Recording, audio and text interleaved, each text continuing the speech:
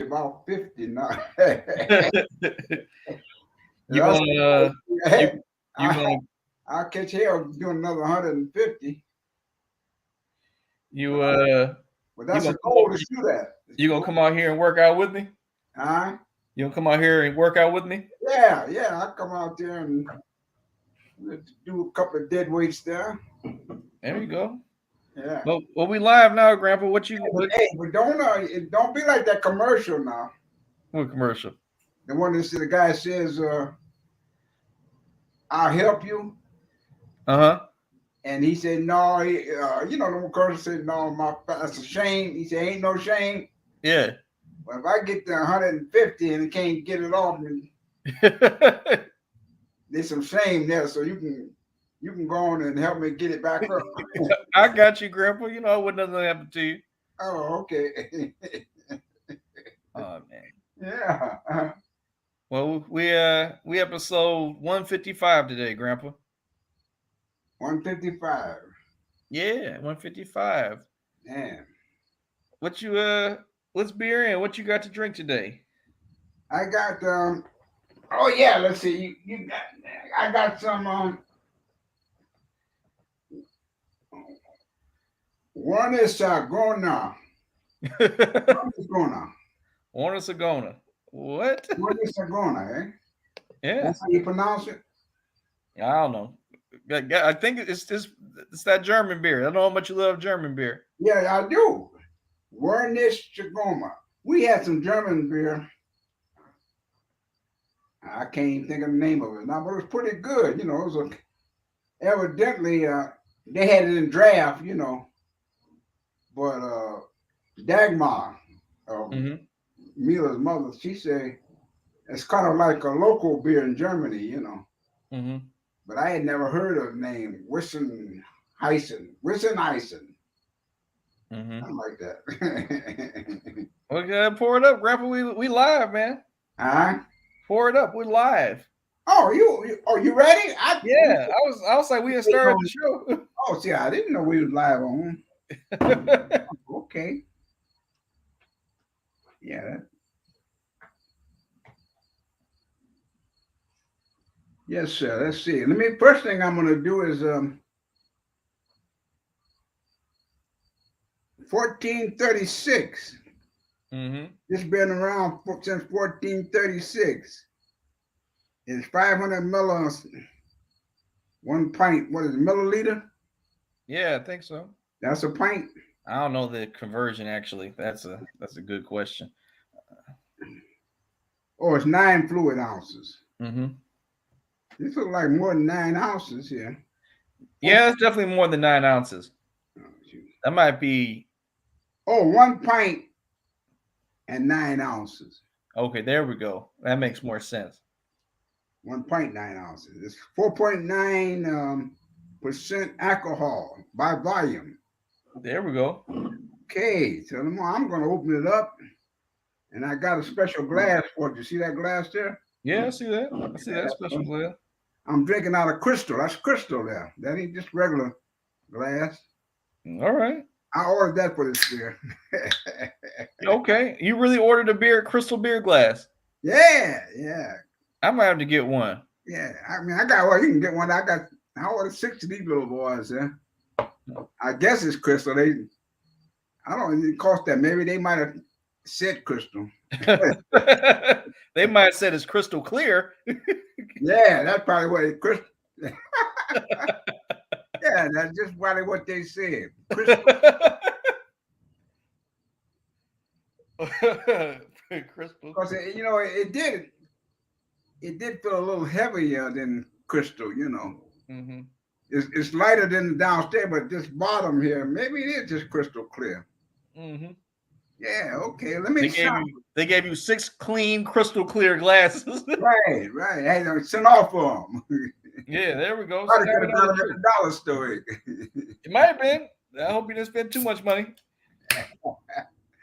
No, like, Well, let me. okay, I'm going to sample this here. All right, sample it. It's got a good smell. All right. A good, what you call it? What's the other word? Aroma.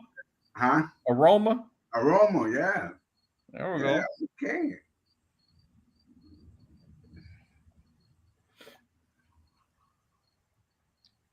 Yeah, we can go with a 6 Okay.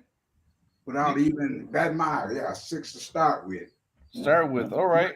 So I got this thing from Wixom, Michigan, Drafting Table Brewing Company. Milkshake IPA Orange Breweryist.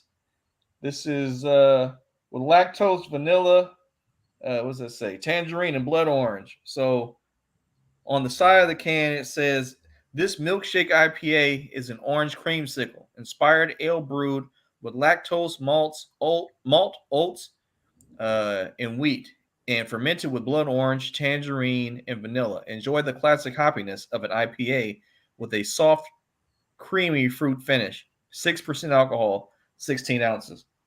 Oh, okay. 6% alcohol, eh? Yeah, so let's get this. Let's pour on. It looks good.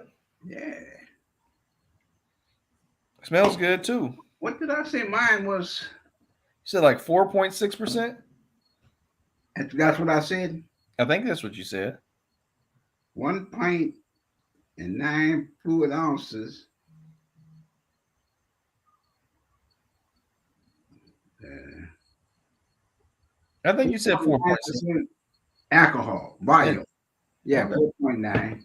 4.9. Okay. Let me Okay. see. Yeah. I'm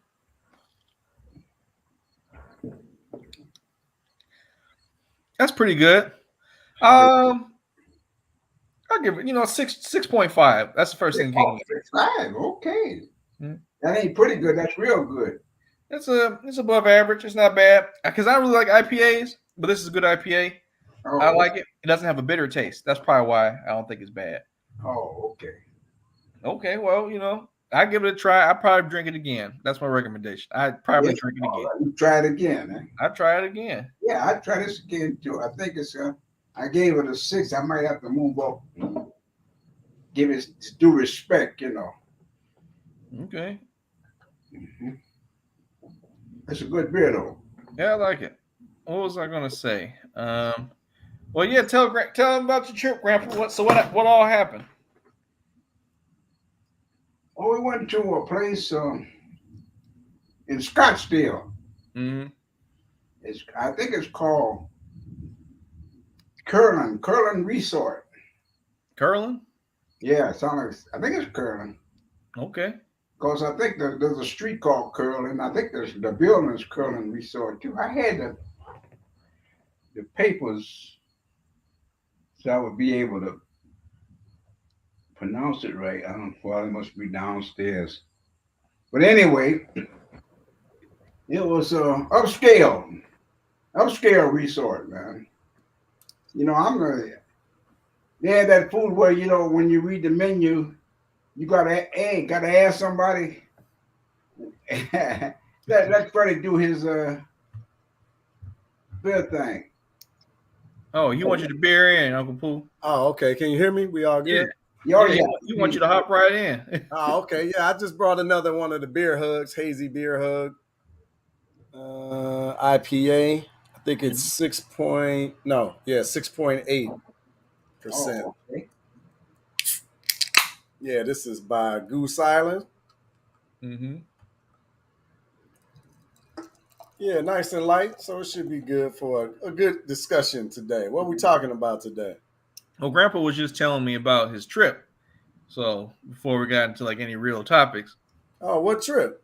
Yeah, yeah. with um Scott's with the Phoenix, Arizona. Okay, when you do that? Uh, went Friday. Oh, okay. Yeah, Friday out of here Friday afternoon, Who you and go with? we went to Phoenix, but then we went on to Scottsdale because there's a resort there, called Curlin Resort. I guess resort is the word. But anyway, upscale resort. Okay, in Scottsdale. Yeah, Scottsdale. Ever been to Scottsdale? Nope. Man, I used to think of Scottsdale, as just a name on, like if you said something about uh, Arizona and said Scottsdale, I said, oh yeah, I heard of that, but I ain't know what it was. That's a place where folks like that got money, man. You fit in, but it's a place where uh, a guy like me, they talking about Teslas and uh, Lexus and Mercedes. I ain't seen no Ford and Chevrolet dealers in the whole place. Man, Grandpa done called me broke. Out of town. Hey, you could buy you a Tesla if you wanted to, man. No, I'm just saying. When Yeah. we were right, we've been on here for 10 minutes. Grandpa was telling me about this. He didn't say nothing about like a place where I could go. He was like, Uncle Pooh Bear. He's like, yeah, you fit right in. Not my broke grandson though. He's really broke. That's funny. But that place must have been the perfect temperature for you, Grandpa. Oh, it was. Everybody, well, it was 99 to 107. You loved it, did you? Oh, I loved it, man. It didn't feel nothing about no 99. You probably had your sweatshirt on. Right temperature. And it feels like I can't explain it, but I don't be hot. Oh, I know. Yeah, the weather. It was really nice. Yeah, That's awesome. Yeah, that's cool. went to a couple of different restaurants, and when you gotta have somebody to tell you when you order something off the menu, and somebody gotta tell you what you ordered, I'm a strictly a hamburger man with onion and a pickle on it, some mustard maybe. Okay. When they come up with them French names and stuff, somebody has to say, hey, what is this? It be some good food, but you can tell if I don't know none of it, Well, you don't sound like you don't speak French. That's the problem. You got to speak the language. I went to Italian place too. I don't speak Italian. That's the trait of an American. They only speak one language. Yeah, right. American. Yeah. Speak American. Grandpa's like, I fought in two. Grandpa's like, I fought in 2 wars. I don't need to speak nothing. American, Everybody in the world just about can speak English. Everybody can't speak American though. Yeah. They speak American. That's funny. Well, I'm glad you had a good time, Grandpa. I'm glad you found a place where you can wear shorts. It was warm enough for you to wear shorts. Got a massage. They gave me a massage there, Mm-hmm.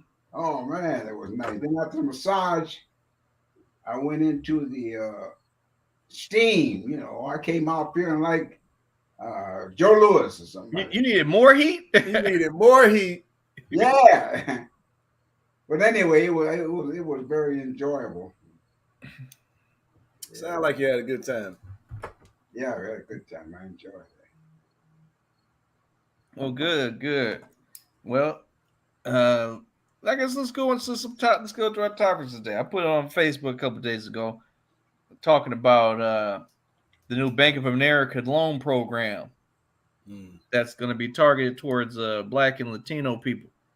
Well, I think it's from understanding the details are is 0% down, low interest rate, all that. Excuse me. Where is this at? Bank of America, they're saying they're going to launch this new program for Black and Latino people. I mean, where? All over the United States?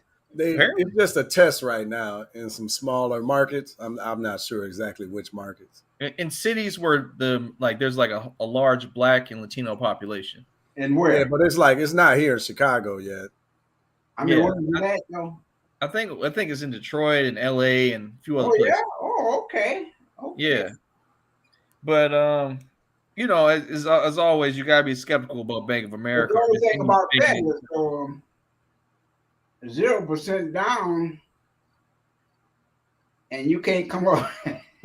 You got in there, but you ain't got the money to stay. Yeah, and your credit score don't matter or something like that. Yeah, it's like on the surface, if it's just this, it could be potentially predatory. Yeah. It doesn't, like, from what I've read, it doesn't seem like they have any type of like real safety net. But by that I mean, so I know for USAA, when the pandemic hit, and like money was like funny for a little bit, you could tell them and they'll pause your mortgage. Like they won't charge you for nothing. You just be good for a second, right? Mm-hmm. And I think that would do it. I think they would do that all the way up for a year or however long they're going to do it. This particular program just sounds like, hey, we'll give you money for a house. You got low interest, but if the market fluctuates and your house becomes cheaper than what you paying, we're not going to change that amount, which makes sense as any mortgage. But like, if you like, they don't essentially people who don't have the money to put a down payment are going to be in a bind because you're gonna put yourself in the position where the bank you got to give your house back to the bank and they made some money off you and now they can go right back and do it again. I Oh, I just I don't trust none of them, especially Bank of America. When you look at their history towards our community, they have been nothing but economic terrorists. So they have nothing in their track record that makes me feel in any way that this is going to work out for the black community. I would assume the same for the Latino community. And you could take the history of this particular bank back to slavery and their founding and how they actually became a bank and got rich. So they have a long distorted history of capitalizing on us as recent as a couple of years ago, but definitely during the '08 crisis, right? All of that, all of that predatory lending that led up to that, they ain't never stopped. Then they bought up Countrywide, which is another economic terrorist on our community. The hell with them people. I wouldn't be surprised. I have no idea. I haven't looked into the details of this program, but I wouldn't be surprised if it was tied to a balloon payment or an adjustable rate mortgage, which is always hot in predatory loan situations. But the good news is if people really are interested in a no money down program where your credit score doesn't matter, there's an organization called NACA, NACA.com. Type that into the chat so I can put it on the screen. Yeah, NACA.com is an unbelievable organization. It stands for the Neighborhood Assistance Corporation of America, and they actually sue banks along the oh shit, damn, the Community Reinvestment Act. They sue banks under the Community Reinvestment Act. This is how they build up their money because the Community Reinvestment Act says banks supposed to lend so much percentage of their money inside of a geographical area, region. Like so, every branch that you see is supposed to lend a specific percentage of their loans inside of this area. Of course, they never do because if somebody calls from wherever the hell they making a loan, right? So they always violate it. So NACA has been taking advantage of this, really a loophole for decades, and they've been providing real funding and opportunity for people. I bought my house. We bought our house through the NACA program. No money down. They gave us the rehab loan, all included in one loan, and gave us a low fixed 30-year interest rate. It's the real deal. The hell with what Bank of America talking about. What was the interest rate? Our interest rate Yeah. is 3%. How much? 3%. Oh man. Now this was in 06. You gotta remember this is 06. The interest rates were even higher. Yeah, I wish you knew about NACA a long time ago. About me, I had a GI loan, and my GI loan was 4.5%. I thought that was great. Yeah, that's still pretty good. Yeah, that was Grandpa's like, I didn't save the world twice. I gotta pay 4.5%. Hey, this the only house you sold the other house, didn't you? What other house? No, I'm talking to Joshua. Oh, I was just like, you got news to me. I didn't know Grandpa had 2 houses.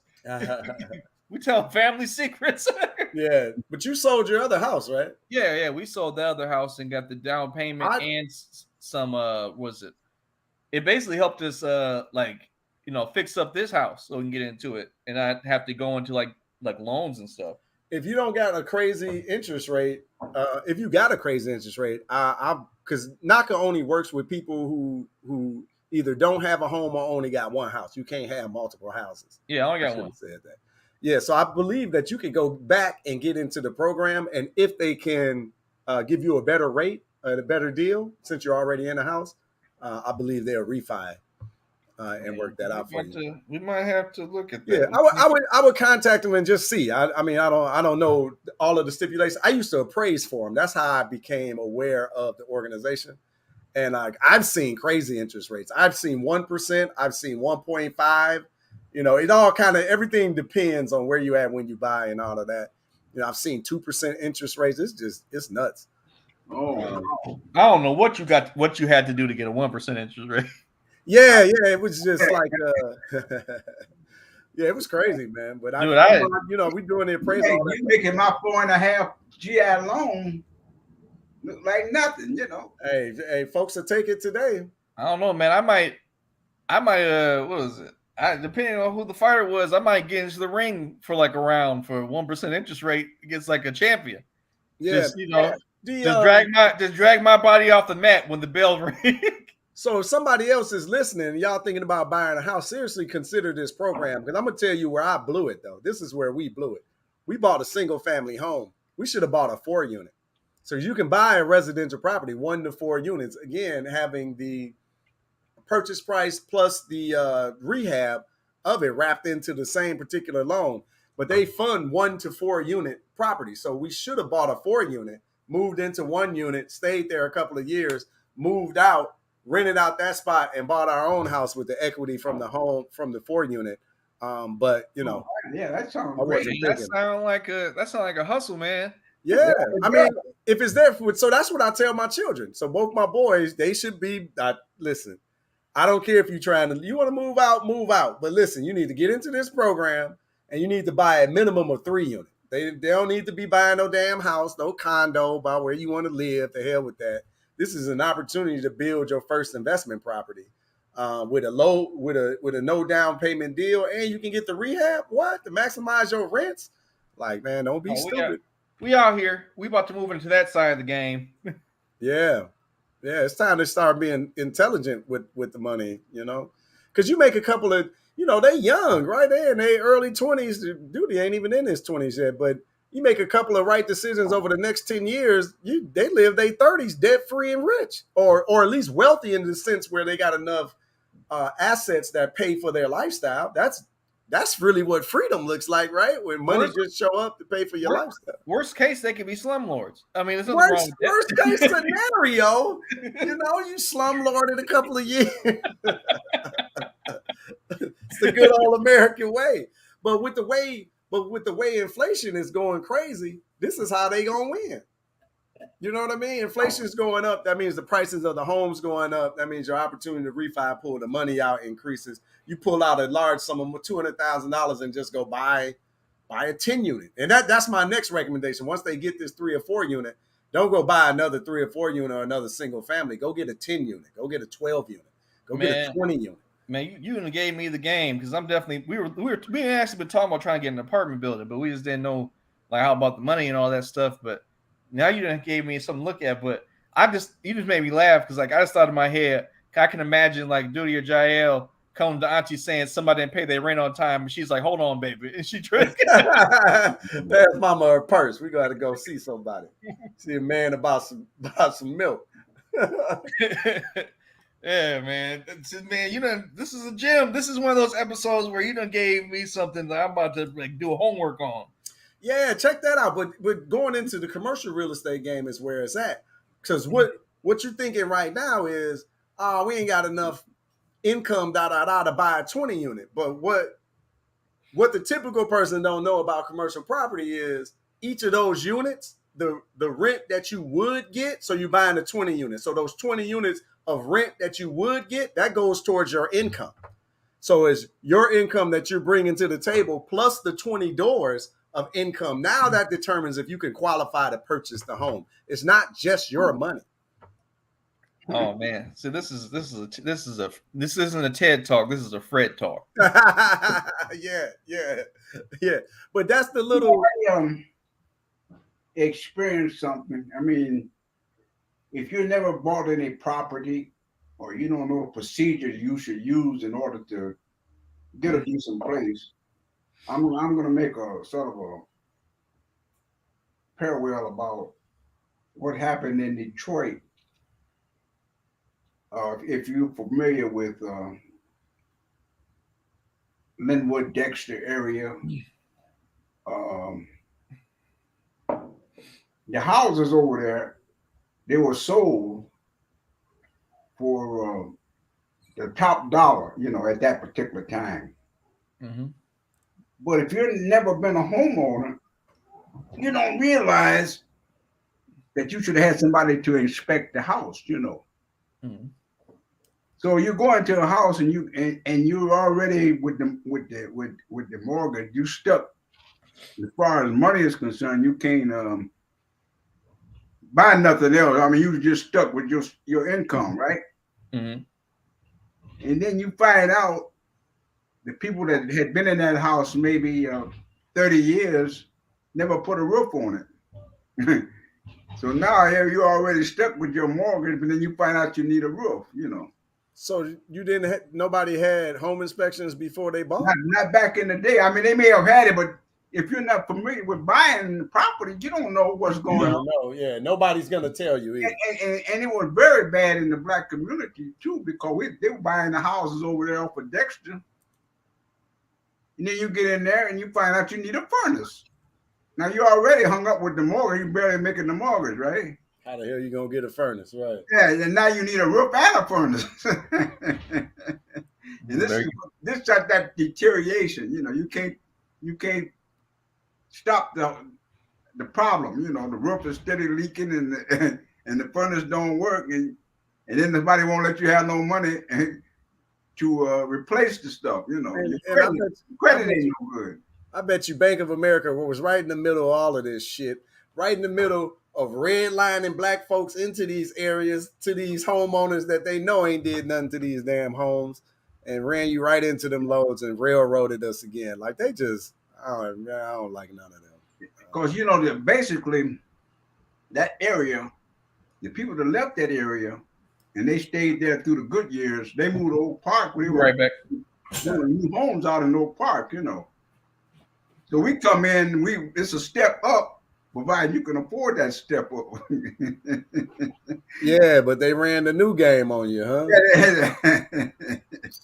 So you wind up, man. That's why then the property, and on top of that, the area was somewhat dependent upon the factories, right? And they were basically working people, blue collar people, and then the factories lay off. Then what happened? Now you got a job. Well, at one time, or right now, or back in the day, they did have unemployment compensation. But you go back a few more years, they didn't have that. You were just you laid off and you didn't have nothing. Like in the 30s, they didn't have no unemployment compensation. When you got laid off, man, that was it. You was at the mercy of society. Wow. I mean, there's a story. Like I'm glad that you was talking about Bank of America. Because I know nothing of Bank of America. All I know is what happens when you don't understand the system. When you buy a house and something, and then you pay the top dollar for it, or maybe more than the top dollar, and you come to find out you got to put a roof and a furnace in there, you in big trouble. You in big trouble. Yeah. And none of that roof and furnace, I mean, and like you said, unless you know what you're looking for, because I can stand out front of a house and I can look and tell. Obviously you need to go up there and take a look, but there's some obvious signs of a roof, is in poor condition. Yeah, but if you know what, and doing the inspection, you should have somebody inspect you and say, hey, you're gonna need a roof in a couple of years, Yeah. Or You need a professional. You don't know anything. You're a first time buyer, you at the mercy of the people who are selling, Yeah, and they liars. And they got you getting paying top dollar for something that ain't gonna be worth nothing in a couple of more years, Yeah. Yeah, it's tough, But I mean, I can do that, but also own an appraisal company for 7-8 years too, though. So right. Yeah, right. So I've been in and around. You Yeah, and I've seen my fair share of home inspections. Yeah, right. But yeah, back in the day they didn't have no home inspection, Yeah, that's crazy. You'll But find if somebody out there is buying, you gotta hire and pay professionals in order to be right. able to. That's what I was trying to get at. But you be a first time buyer. You're just glad to move. What they say, moving on up. Yeah. And you was in a house that didn't have no roof. Now you got a house with a roof with leaking. That's moving on up. And That sounds like progress, man. Now we and just got a patch. eventually get a chance to to repair that roof. Yeah. Those who can withstand, the problem. Yeah, it's a lot of them. I'm talking about, hard times, hard times. Yeah, well, it looks like we headed back to them. Yeah, of course. I think Hank was telling me that in Detroit, 46% of the people are renters. Oh, really? Did That you know doesn't that? surprise me. Huh? That don't surprise me. No, it don't surprise. Yeah, he said 40. I mean, I was surprised. But 46% renters Ain't no damn jobs. ain't no job. It's hard to buy. You ain't got no real work. Yeah, that's true. That's true. Yeah. I mean, they revitalizing downtown, but Yeah. But we're talking about that too is NACA.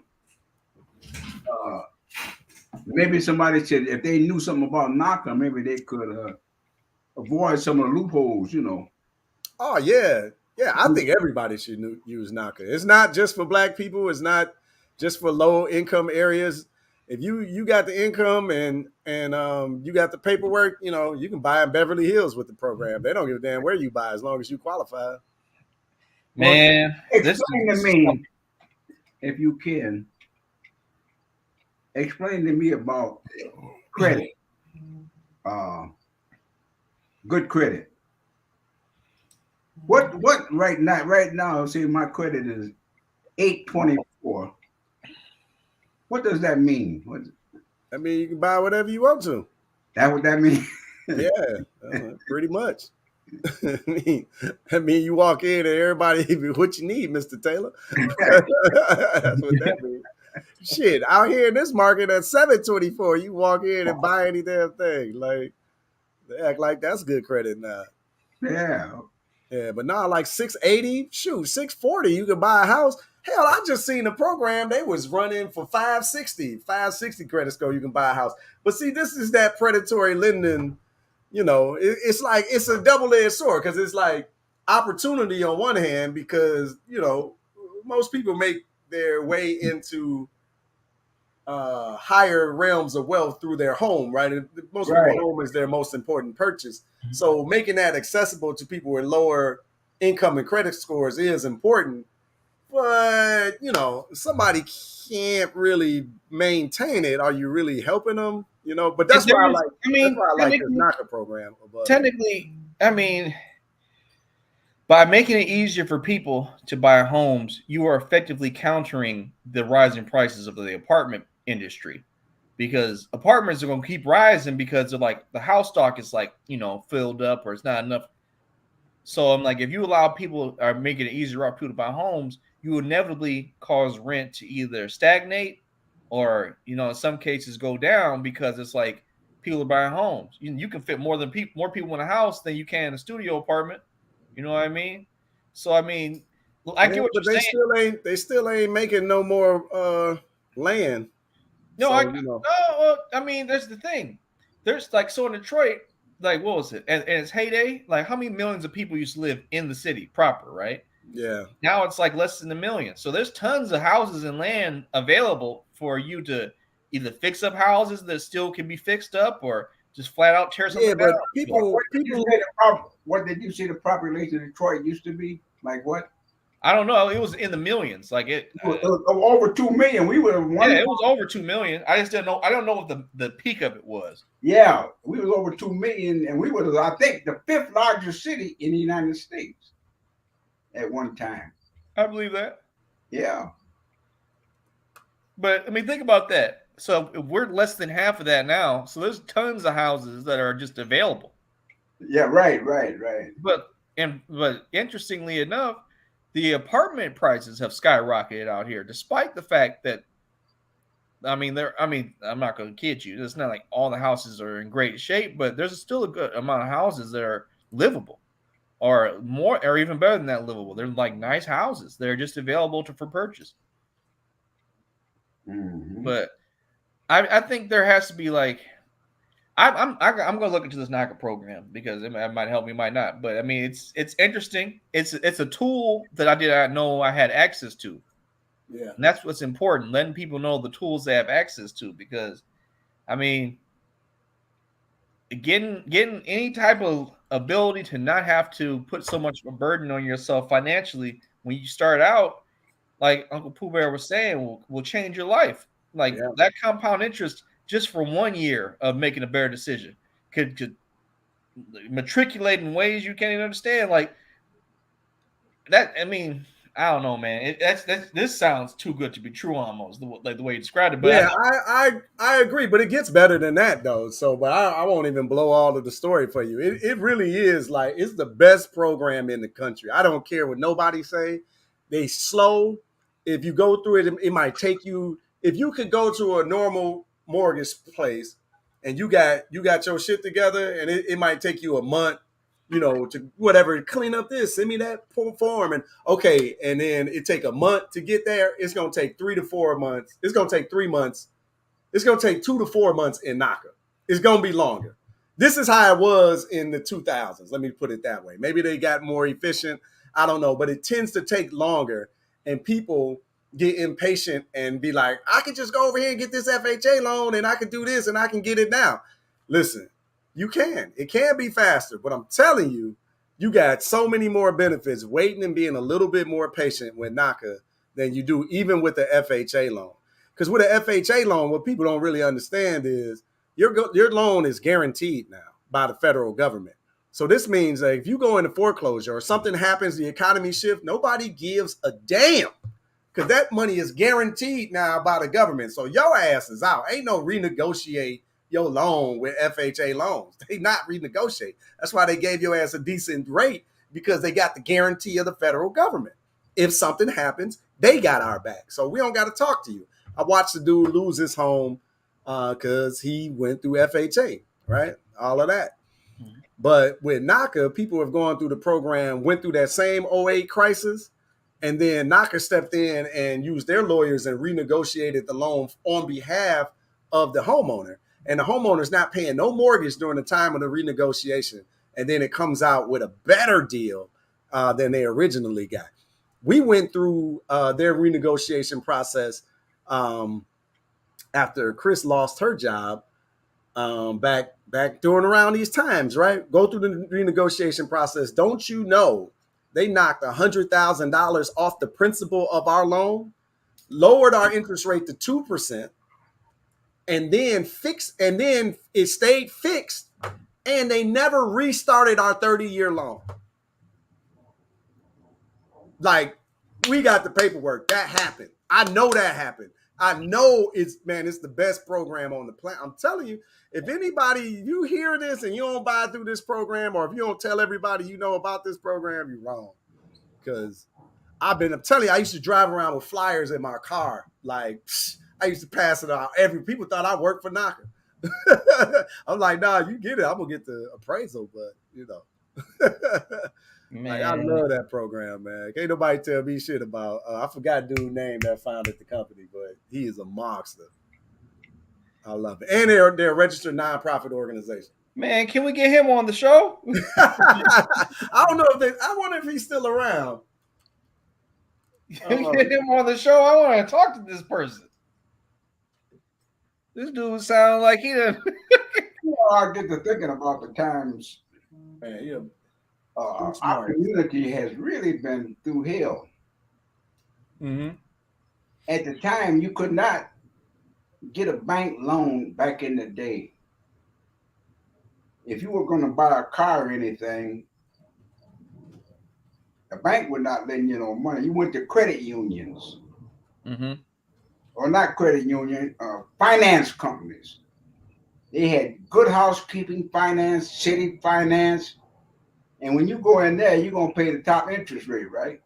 Right. And that's where our community was. If you wanted to buy some furniture, you went to the finance bank. When they tell you need it back, you couldn't even get a checking account from the bank. Mm-hmm.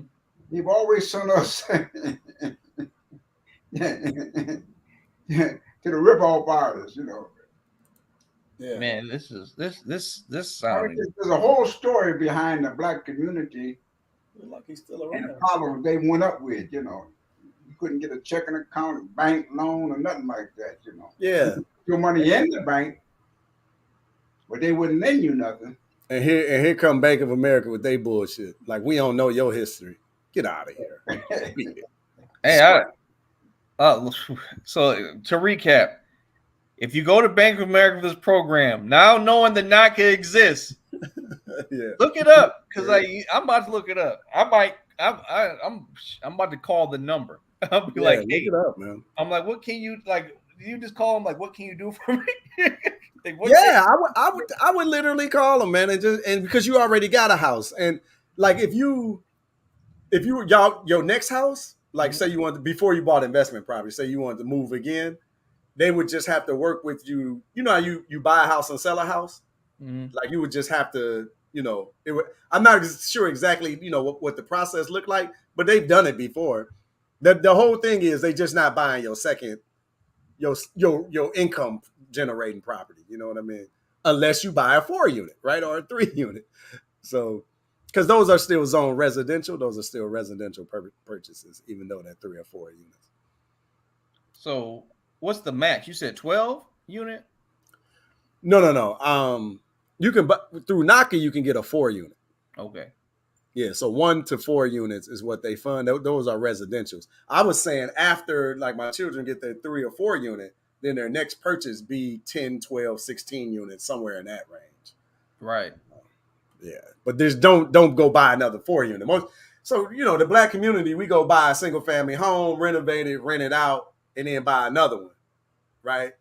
Like you can't take advantage of the economies of scale. That's why people buy apartment units, right? Because it's easier to maintain all of your units in one secure area, and because they're grouped like that and packaged like that, banks and their commercial property banks got more favorable lending opportunities and better rates, and you can just generate more money as a cash flow issue anyway. Man, this sounds amazing, man. This Yeah. It's a good day. This is a blessing. I'm gonna label this a blessing episode because this knowledge just sounds too amazing. It definitely does. I'm sorry, I trust you. I believe you what you're saying, but it definitely sounds too good to be. I understand. When dude was telling me about it in like 05, I was like, what? Like what? Like this, man, that sounds impossible.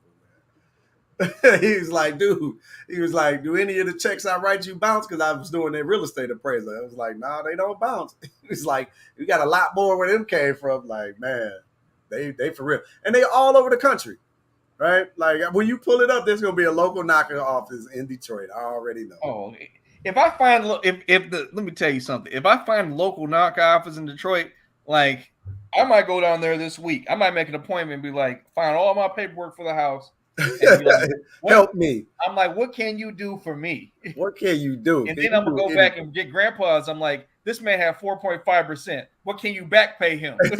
we need I like that. We need some back pay. Can you get him back? Yeah. Oh my goodness. That's that's good, man. Yeah, keep us posted on how it go too. That'd be great to see what's possible with somebody who already got. That might be a case study. That might be a segment, the weekly NACA update. How far along the process did I get? That'd be awesome, man. That'd be awesome. I know people who got in the program after we did it, and we tell them about it, and then they got out after a couple of weeks. I'm telling you, this was 2000s or 2006. Mm-hmm. It was like, I don't know. Maybe this is just every mortgage outfit, right? It's like, why they ask you for the same paperwork over and over and over again? Why did the people get out of it? Yeah. Because it takes much longer than like a conventional loan. Uh-huh. So they was they had ants in their pants. They didn't want to wait. So they'd be like, man, I can buy now if I just go over I'm like, don't do I it. mean, we in the house now. Yeah. I want the whatever, like So I'll wait a year, like whatever. whatever. Yeah, but y'all got decent credit and stuff. It wouldn't take you as long, right? Like literally when we bought in '06, in '05, we walked in the Chase Bank and they basically laughed us out of there. Like, because our credit scores were shot. You know what I mean? Like income verification was sketchy because I was always an entrepreneur. So we got laughed out of there. We went to NACA, and then 6 months later, we bought our house and renovated. You know, but somebody would have said, 6 months, I can't wait 6 months. I we need to be done in 2. Like, you know, hey, go ahead, you know. But I know what we've been through with the program. I know how it turned out. I'm gonna look into it. I'm definitely gonna look into it. But you know, funny thing, I'm just curious now, is how many programs out there that would be good for the black community that we don't know about. Oh. There's no way of finding out. we're gonna have to do a whole new show on that, Grandpa. We're gonna I cover bet it. I bet it's hundreds of them. The programs are out there, but if you don't know nobody that know nothing about it, then you hook up man who's gonna it's just like so lately I've been studying having these conversations about trust, right? And like trust and using how you supposed to use life insurance and all of that. Like, where the hell was this conversation when I was 20? Like, what? Like, man. So you were talking about like credit scores, and like I was giggling in my head because I know now that folks with money, they don't even play no credit score game. They don't even play the credit score game. They put their money in trust. They work with their life insurance, with their whole life insurance policies, and then they through their businesses they establish business credit. And their personal credit is basically dead, defunct. They don't own nothing in their name. Everything is owned either in their business or in their trust. Even the beneficiaries of their policies, so they loaning money to themselves from their life insurance policies. And building up their businesses and establishing higher credit and then taking out loans against the biz. Like they're doing nothing in their personal name. Nothing. Total straw man on every level and like completely working and freaking the system. But the like to have the conversation with a person that has no inkling about what I'm saying, it sounds like pure sorcery. Like, like there's no way that's possible. Like, but it is though. Nah, man. Like, see, this is the type of next question then. Why don't there be programs on TV to educate the public? So the government got a law against insurance companies from like leading and advertising this information about whole life insurance policies. Like literally, there's like a little gag order that they can't just disseminate the information. But that's how crooked this whole country is, right? Because this is the game the top 1% is playing. They freaking life insurance. They're manipulating life insurance to get around income because you can't tax a loan. This is why the whole tax the loan, tax the rich, tax the rich. They all laugh and giggle because you don't understand how they get money. All they do is take out loans against the assets. So they never get income. You can't tax a loan. So they never will pay taxes. That's the goof about all of this. Always when you cash out your stock options, you gotta pay taxes on that. That's why they never cash them out. They take out loans against the stock options, and they take the loan money, and then they go do whatever the hell they want, 100% tax free. There's nothing you can do about it. So they're leveraging assets that of value, and they're taking loans against. So how do they pay the loans off? Who pays off the damn loan, bro? The stock account is going up. What we gotta pay it off for? Man, I gotta do some more reading because this is it don't sound like sorcery. It just sounds like a game I don't know how to play yet. Yeah. Just start with the book. What would the Rockefellers do? Hold up. I'm about to type this in the thing because I want people to see this. Yeah. Let me. Are you typing or am I doing? Yeah. This is mandatory reading in the Taylor household. Mandatory. So I can't ruin the book because I can't give you all the details, but the book is about two families, right? The Carnegies, not the Carnegies, Carnegie's. the Vanderbilts, Mm-hmm. the Vanderbilts and the Rockefellers. So Cornelius Vanderbilt built the railroad infrastructure throughout the country, right? He was big and rich, just like John D. Rockefeller. So at the time, they're the two titans, right? This is Bill Gates. No, this is Bezos and Elon Musk. You know what I mean? Going at it in the 1800s. The interesting thing about them now is the Rockefellers are still stupid rich like they was, but the Vanderbilts are broke. So the question is, what the hell was the Rockefellers doing that the Vanderbilts didn't? And a famous Vanderbilt, Anderson Cooper.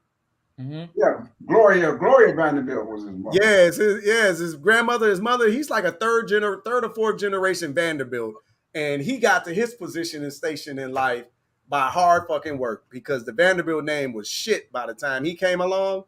They was nobody. But they still Vanderbilt University, right? Like, university. No, they don't. That was the Houston wasn't. So the whole premise of the book is showing you what the Rockefellers did that the Vanderbilts didn't. I like it, What man. about the Harriman? Weren't they in the railroad business too? Who? The Harrimans. I'm not sure. I just know Vanderbilt. Cornelius was like the man. Yeah, I was just curious because you were thinking about the railroad. I know Carnegie was in steel, right? Yeah. Yeah. Yeah. It seemed like there was two people that were built the transatlantic railroad. Yeah, I'm sure it wasn't just one company, right? That must have been his rival company. I can't remember. I'm not sure of his name. The Titans of Industry. Is that the Titans? Man, it was like this audio series I used to listen to back in like the early 2000s that chronicled all of them. It was really fascinating. But that book, Josh, is amazing. Like, it's going to paint a crystal clear picture to you. And like, especially you got that young boy, man, there's certain things you need to be doing with that young boy right now. By the time he turned 20, he could already be set. Man, I'm trying to get this audio book right here. Do they got I don't know if they have an audio for it. I don't think they do. I'm looking for it. Nah, I think you got to read the book. All right, well, I'm gonna have to. Me and my old arch enemy. Yeah, Paper. you gotta flick the page. It's not thick though. It's a small book. It is like a pamphlet. Yeah, it read like a story. So it ain't like thick reading. It ain't all the details on, how you need to set it up and all that. It is a lot to it though, but it's a fascinating read, man. I'm about to get it. Ashley about to be confused. She's like, "You reading a book without pictures?" Without pictures, man. Yeah. No, man. Read it to you. Picture worth 1,000 words. Exactly. I be reading the comics all the time. But what was I about to say? I guess while we wrapping up the show, because it's about to be 3. It's been about to be an hour. We didn't get Uncle Pooh Bear dropped some good game on everybody. About to get this book and read it. But today was also Sebastian's first day of school. Oh, snap. Oh. Yep, first day. I got to pick him up at 4. Yep, it's a Montessori. So is that preschool? It's a Montessori type preschool. So they actually it's actually a classroom. He sits down, he wears a uniform. They teach him stuff, and he's in there, man. And it's all black. It's actually run and owned by a black woman. I love it. She and all her teachers and assistants. Man, they weren't playing this morning. So me and Ashley drop him off. Did he wear uniform? Yeah, he wore a uniform. Me and Ashley drop him off, and we get there like 7:10, 7:20 in the morning. It was before 7:30. And I'm dressed up, she's dressed up. We're gonna make a good first impression this first day. And we get there, and we're getting him straight. We're showing him where the bathroom is and everything, so he knows where everything is, so he can be successful, right? Yeah. Right around 8:00 hits, and the headmistress comes out, or the principal, whatever you call her. I call her whichever is the appropriate term. Let's go with principal. Yeah, principal. And she comes out, and it's like, man, for everyone's attention, and everyone turns to look at her. She's like, I want you guys to understand This isn't like a regular daycare. This is an actual school. They will be getting educated. So I between love it. and she was like Red from the 5 Hour Beat. She was like, between the hours of 8:15 and 4 p.m., these are our children. She's like, y'all don't gotta leave, but you can't stay here. They stay here. And she was serious, man. Like this, it was great to see that because like they all seem like they're pretty good at their job and everything. But it was just the fact that she was just like, I get it, these are y'all babies, but we here for business. We here for They my serious babies things. right now. Yeah, She's like, my we here baby's for about to serious learn. things. And then she grabbed my son by the hand, like that like yanked him or nothing. And because he was sitting by a table by himself, picked him up and walked him in line so he could get with his class.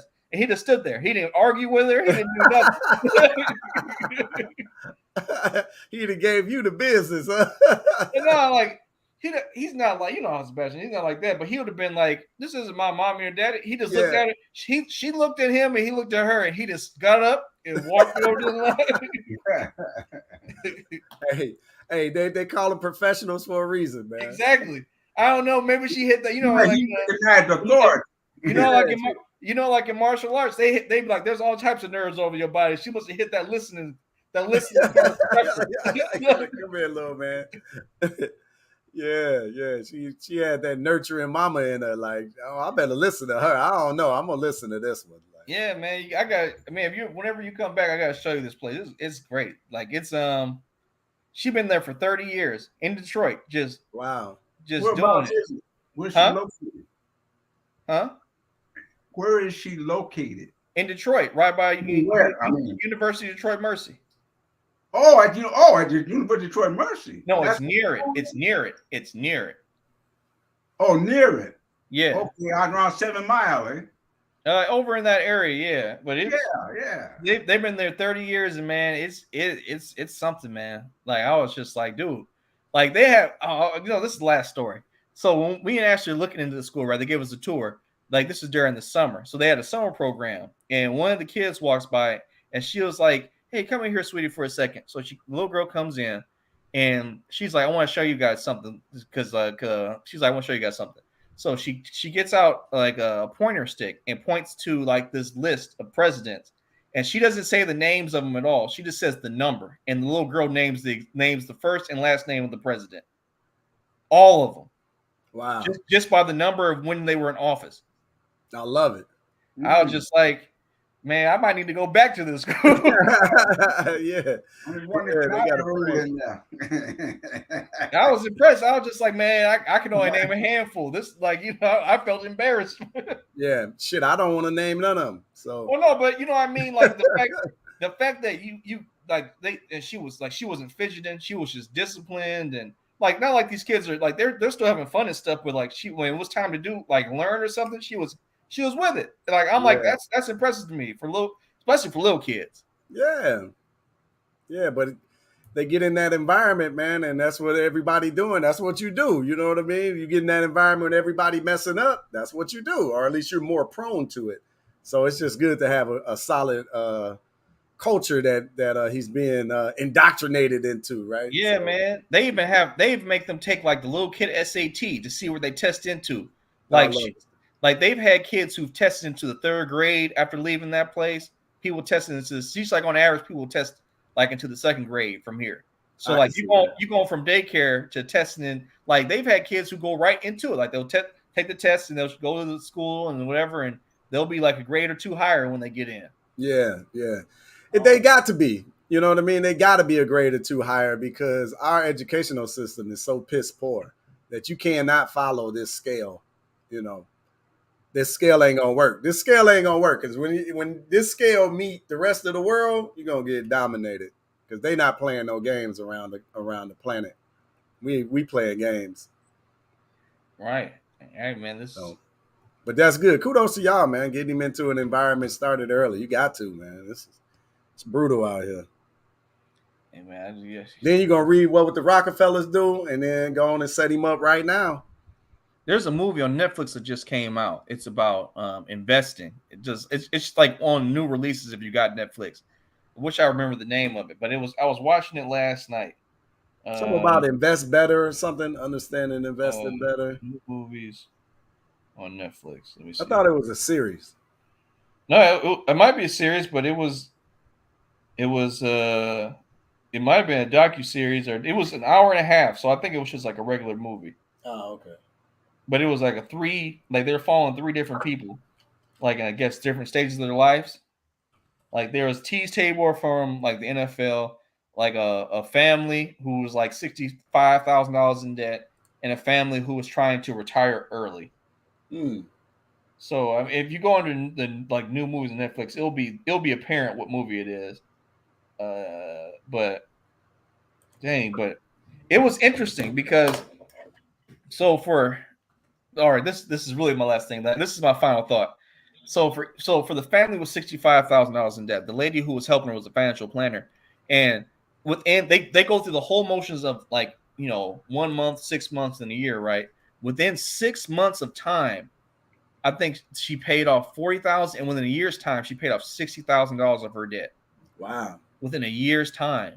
And I'm like, she showed her all these legal tricks and everything, how to get your debt reevaluated, how to get a lesson and things like that. And then the other family that wanted to retire early, like this dude helped them, and they went from like he was just like they broke it down. Like your three major costs are, housing, food, and Shelter. yeah, that's housing.